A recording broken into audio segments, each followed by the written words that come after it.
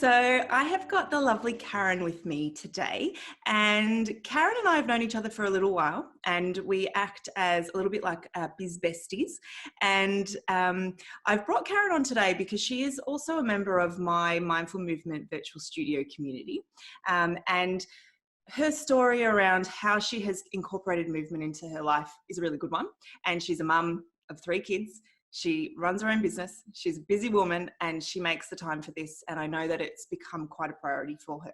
So I really wanted to bring her on to find out how she does it because, 3 kids and a business and a house and all of that is no small thing. So welcome, Karen. And Hi. can you do a better job of introducing yourself? Because I know that you will. Hi, well, thank you for having me. I'm Karen. I run a website called Smart Steps to Australia, where I help families move to Australia without the stress and create a life that they love in Australia. I've got 3 little kids who are at school, and I've got a husband who's on shifts, and just life is hectic and busy. Absolutely.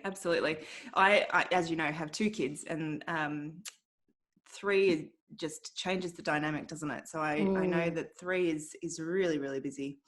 So you've got heaps of different roles that you're playing out. You've got a really full plate. But can you tell me whether or not movement has always been a part of that journey for you, or where did that come into the picture for you? How long has that been going on?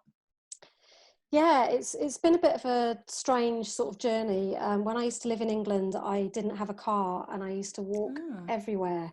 I would literally walk miles every day. I'd walk to the shops, I'd walk to town, I'd walk to the train station to go to work and then walk again at the other end.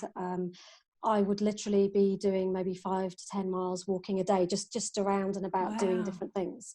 And when I moved to Australia, it's different. Like, everything's further apart, it's too hot to walk, you've got crazy weather here, and that's like, I had a car as soon as we moved here because I had to have a car because the kids' school's too far away to walk to, and just to get out and about. So that was about 5.5 years ago.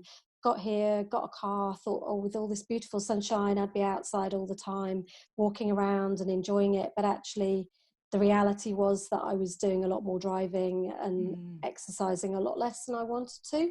Yes. So, started getting more and more unfit.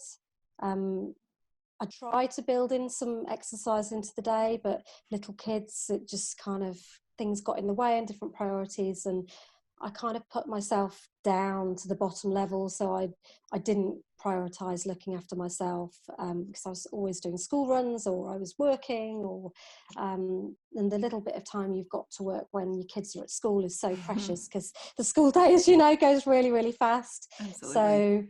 So I was just getting more and more unfit. And then a year ago, around the time that we met, I joined a business network, and we were talking about goals that we wanted to set ourselves, not just for the business, but for ourselves personally as well. So I decided one of those needed to be about getting myself back into a movement habit because I was just feeling lethargic and I didn't have the energy anymore, and I just wasn't feeling myself anymore. Yeah. So I made movement kind of a priority, and initially I said that I was going to do 3 sessions of exercise a week, and I kind of didn't really fit it in, and I didn't really prioritize it, when things get in the way, and things like it's raining so I can't go out and do that, or just different things got in the way of it, and then I realized that to make it happen I had to make it integral to who I was. It had to be part of me. It had to be a proper habit that I could keep up with. That wasn't something that I could kind of wake up and think, oh, am I going to do that today or not? Like, I didn't want to have a decision about it. I wanted to just know this was what I was going to do when. Yes. So when you say that, do you mean that it sort of became part of who you are as a person? So I am Karen and I work out 3 times a week. Is that kind of what you mean? Well, that kind of was it. But instead of saying I'm Karen and I work out 3 times a week, I just decided to be I'm Karen and every morning I go for a walk. Yeah. That was what I did. So I dropped the kids off at school, and instead of kind of feeling like I had to go to a class or do something specific, I didn't walk into the house after getting out of my car. I just put my earphones on and went for a walk. Yes. around like the blocks around the different houses, just the local pond and the lake, and just 20 minutes, half an hour, whatever. If the podcast was really good, I'd kind of go for a bit longer, but like I just did it every day. And then within like a week, I just was like, well, this is what I do. This is Yes. my routine. And it wasn't hard then to kind of keep that up. And I've kind of That's built awesome. on that now and developed that further. But that was where it all started from. Yeah, that's amazing. I love that.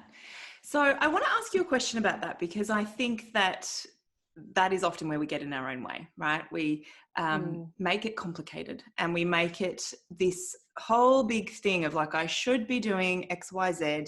And if I don't do X, Y, Z, I'm a terrible person, and I may as well just, give up because it's never going to happen. And that Yeah. kind of, it sounds sort of silly when it comes out like that, but that is kind of our thinking process, right? When we give up on something, we just think, oh, well, there's no use in trying again, because obviously it's me and I'm no good.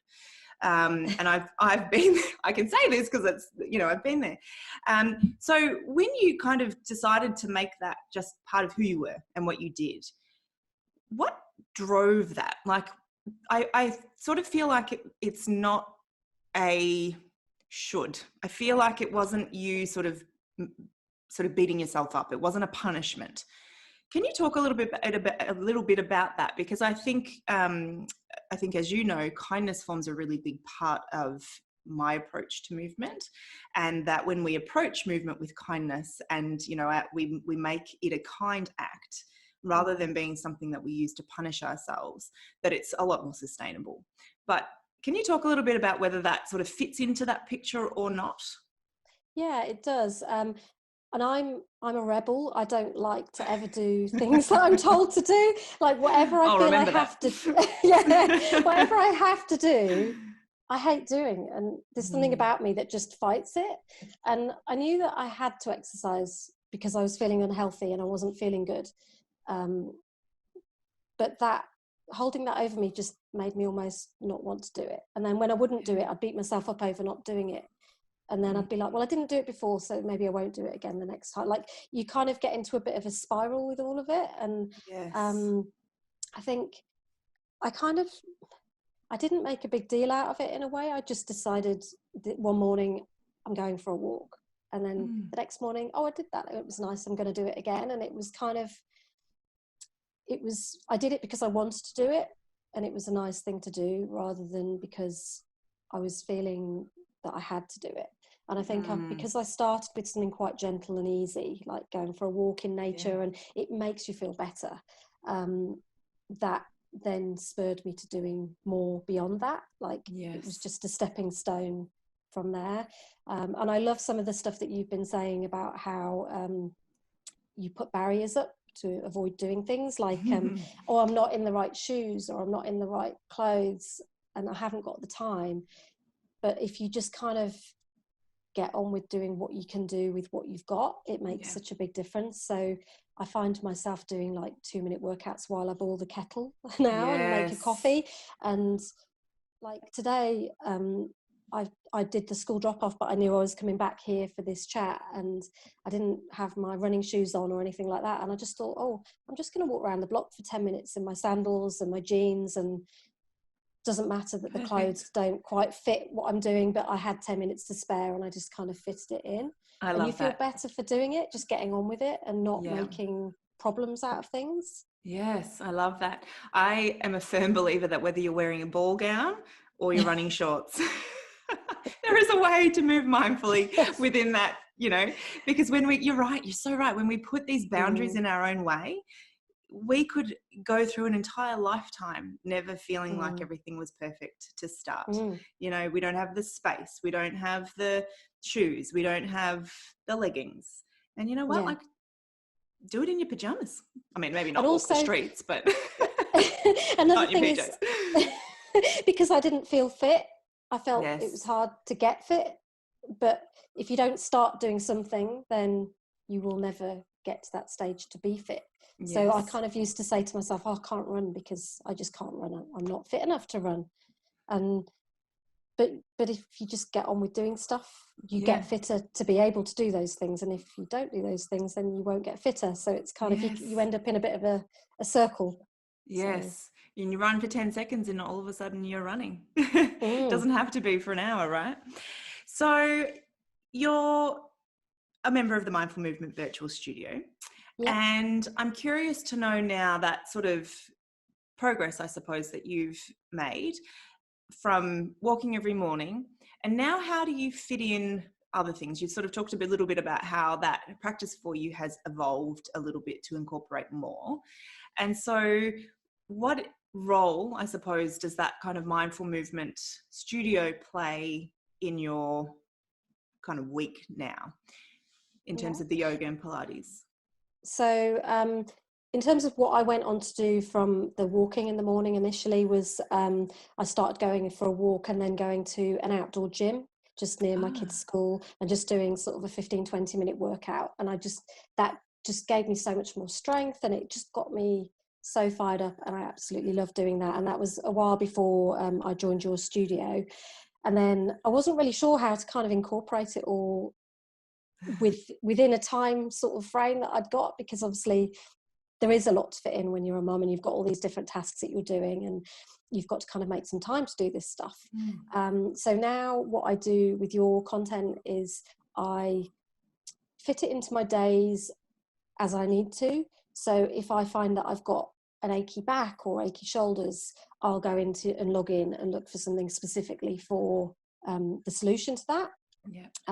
If I've had like a bad day at work or something stressing me out, I'll look for some way to de-stress by looking at like you can filter it through and whether you're looking for relaxation or what kind of workout you're looking for. If it's raining, I'll come back and I'll do yoga. So like there's always different times. Or if I've got like a meeting I need to be at and I don't have time to do what I would do in the morning normally, I'll fit one of your sessions in around it. So it's really flexible to fit in to whatever space I've got. So if I've got 5 minutes, I can do a 5-minute thing. If I've got an hour, I can do an hour-long thing. On a weekend, I'll quite often try to do one. I know at the weekend you posted something on a Sunday morning just as I was sitting thinking, what am I going to do? And I kind of just jumped on and just did your workout, and it just kind of fired me up for the day. So that's perfect. It's flexible, but I think if I just approached exercise in a really ad hoc way, I don't know how easy it would have been to stick with it. I think because I've felt that I put structure into exercising every day anyway, I'm able to slot in your sessions around different activities, if that makes sense. Absolutely. So if like a year ago, if I'd signed up, I don't know whether I would have had the right mindset to kind of put this structure in place. But like, because I started with the morning walk and the doing other things, I found it easier to slot your things in around the other things. That makes sense. It does. I love that. Yeah. And absolutely. The more that you move, the more that you want to move. So yes. the other day, like it was just an evening and I was thinking, shall I put on a movie? No, I'll just do some yoga. Like, just the more that you move, the more you want to move, and it gets you more into it. So yeah, that's a great quote, actually. The more you move, the more you want to move. And it's an interesting thing, isn't it? Because then that does come from that place of kindness, because you start to realize, when I move regularly, when I move in a way that is nurturing to whatever it is that I need at the time, it feels good. And when it feels good, I want to do it again. And so then it becomes less about, trying to coerce yourself into it, and more about just kind of going with that momentum almost, isn't it? And the results from it are like, I've always had bad backs and bad achy shoulders, and just you feel so much better when you've done it.